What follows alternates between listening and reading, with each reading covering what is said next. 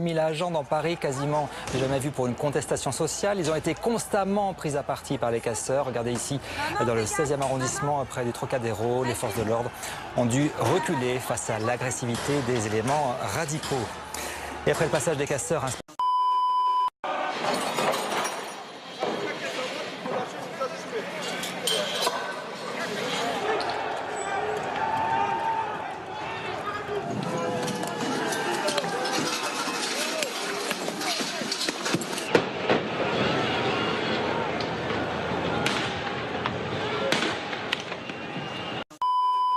de la préfecture de la Haute-Loire. Certains ont même essayé de s'introduire dans le bâtiment. Des pneus ont été déversés dans la cour et des projectiles envoyés. Pour repousser les manifestants les plus virulents, les gendarmes ont dû faire usage de leurs matraques et de gaz lacrymogène. Elle est exsangue, les signes de violence sont encore visibles dans le cœur de Paris. Les esprits des riverains et commerçants choqués, 136 000 manifestants ont défilé, se sont réunis dans toute la France ce samedi. À titre de comparaison, ils étaient 282 000 le 17 novembre. À l'arrivée, 412 interpellations, un bilan qui a été affiné par le préfet de police de Paris. Procédures de comparution immédiate qui vont être accélérées. Et puis, au cours d'une réunion de crise à la mi-journée, Emmanuel Macron a fait un... Au Puy-en-Velay, en Haute-Loire, les manifestants s'en sont pris à un symbole de l'État et ont tenté de forcer l'entrée de la préfecture. Échauffourée également en Avignon, où les forces de l'ordre ont répliqué à coups de gaz lacrymogène. Mais la détermination des Gilets jaunes à faire plier le gouvernement reste intacte. Une marée humaine jaune fonce sur les forces de l'ordre.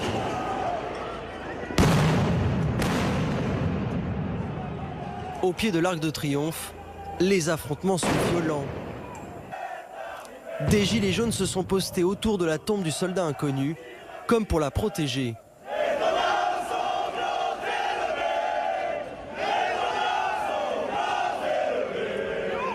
Mais juste à côté, un petit groupe se sert de barrières pour dresser des barricades sous le monument historique.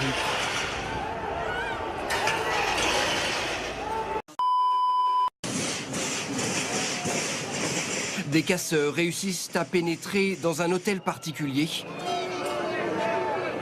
Ils y mettent le feu.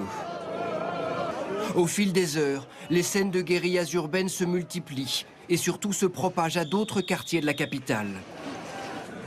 Des groupuscules cagoulés, visiblement habitués à cette violence urbaine, se dispersent et prennent pour cible des endroits symboliques. Près de la place de la Concorde, une boutique de luxe est détruite.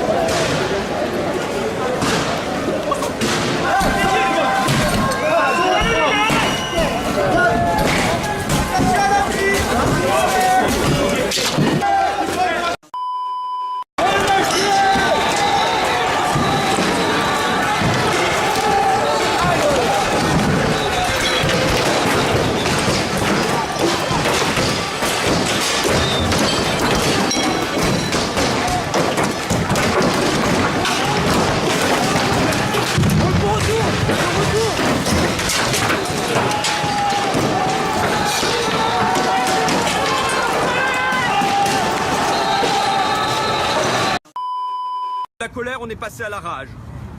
L'orgueil du président de la République, sa surdité, son obstination, son absence de concession sont une machine à haine. Qu'ai-je entendu durant 2 jours? Il va terminer comme Kennedy. Si je le croise, tant pis, je monterai en prison. Vous voyez la croix sur le terre-plein? Il va finir pareil. Ces mots sont prononcés par des intérimaires, par des retraités paisibles, des habitants ordinaires. Et durant 2 jours, je me suis appliqué à les tempérer, à argumenter, à modérer. La violence ne mène à rien. Que disent les Français que j'ai rencontrés?